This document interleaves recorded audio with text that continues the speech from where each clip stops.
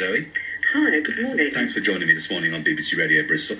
A lot of stories this morning about cancer, and of course, if I was to have mentioned that word, I don't know, even 10 years ago, it would have that black pall over it, wouldn't it, cancer? Not so now.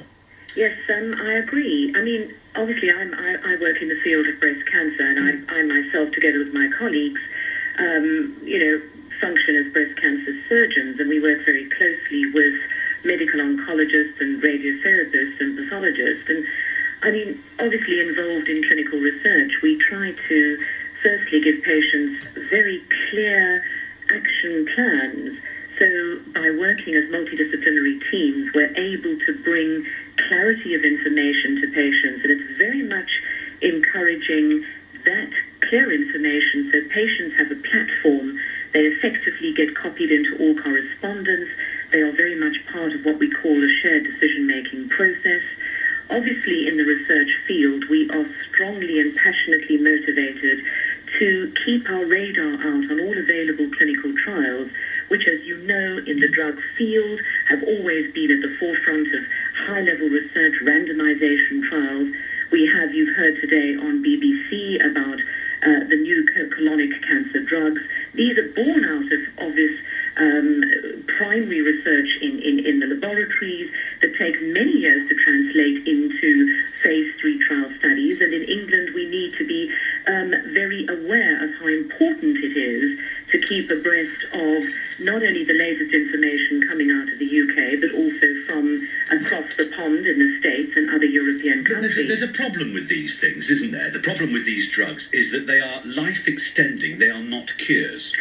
And they cost billions of pounds to develop in R&D, which is why, obviously, the National Institute for Clinical Excellence, NICE, worry about the cost of the NHS, which is already 120 billion quid's worth of expenditure, buying drugs which are only life-extending. They won't cure something like bowel cancer. Yes, I think the point is that we as a nation need to subscribe, and yes, we do in whatever field of target cancer organ we deal with, we need to subscribe to all the available National Cancer Research Registered trials, be they derived from Europe or in the UK, because when patients get given the ability to participate in a methodologically robust trial, they get all the advantages of a potential therapy that may either be equivalent or superior. Very rarely is a drug inferior, but of course that could also be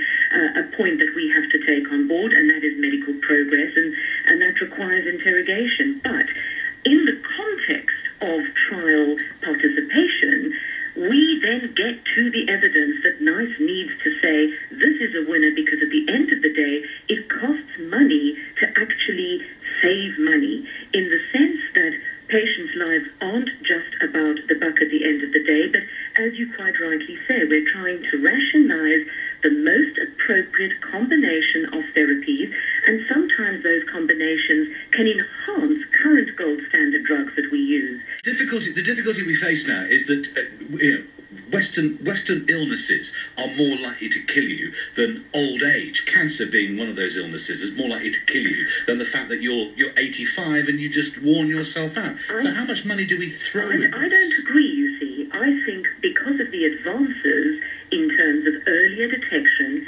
actually getting, as you've heard just a week ago, the breakthrough breast cancer and the Marsden group, Professor Roz Eales, together with Alan Ashworth, there was a great article on new genetic tests for trying to pick up tumours early, identifying and stratifying patients in that way, getting patients into prevention studies like Professor Jack Cusack runs from Barts in London. So, we're moving the barometer to an earlier detection, enhanced imaging techniques, genetic screening, prevention studies, and therefore I would say we have the opportunity to actually convert cancer into a chronic disease as opposed to something that is fatal. So if you mentioned something there, which I think is a story that has been running now for about a month or so, this genetic testing. If you've got £650 million, which is the Cancer Drug Fund, the government's Cancer Drug Fund, which is being used to pay for treatment for some 28,000 patients, including some 1,300 bowel cancer patients in Bristol, should that money not be just diverted into, rather than dealing with the treatment, actually dealing with prevention?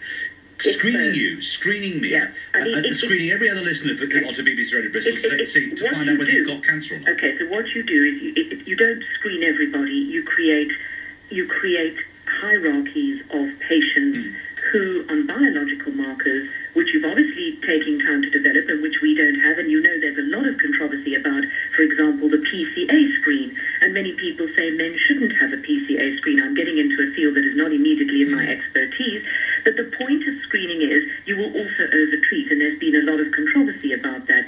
It is trying to work out scientifically and on trial evidence who are the patients who are most likely to develop a subsequent event, and therefore we would enter those patients into early imaging studies and prevention studies. So working on the very basic premise of prevention is better than cure. Yes, but also the point is, I come back to the point, if we as a medical fraternity in the Southwest encourage trial participation, patients are part of trials where they have the opportunity for innovative drugs without that drug necessarily costing the provider at that point in time, because that is the benefit of the funding that goes into research.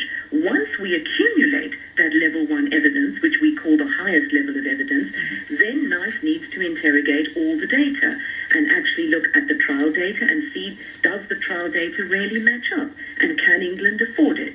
And at the end of the day, if you take a drug like Herceptin that has taken 2 decades to develop, from, UCLA in San Francisco and so forth.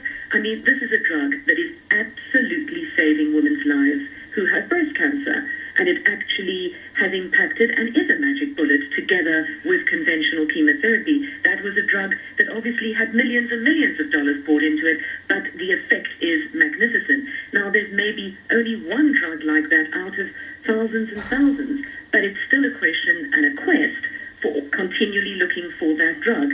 And at the end of the day, it's also possible that you may get the odd magic bullet drug, then you will get other drugs that have lower level effects. Very briefly, Zoe, the problem with that, though, is you've got to fire an awful lot of bullets to find the one magic. You've got to find that silver bullet. And that is the challenge. Millions of pounds, isn't it? Millions and millions and millions of pounds. Yes, but if we partner with international partners in research studies and trials, that is the way forward. It's working smartly and not necessarily for us to try and reinvent the wheel in every sphere. We must learn from our international partners. We'll leave it there. Zoe, thank you very much for joining me this morning on BBC Radio Bristol. Thanks for your time. My pleasure. Call John 0845 900 5949. BBC Radio Bristol.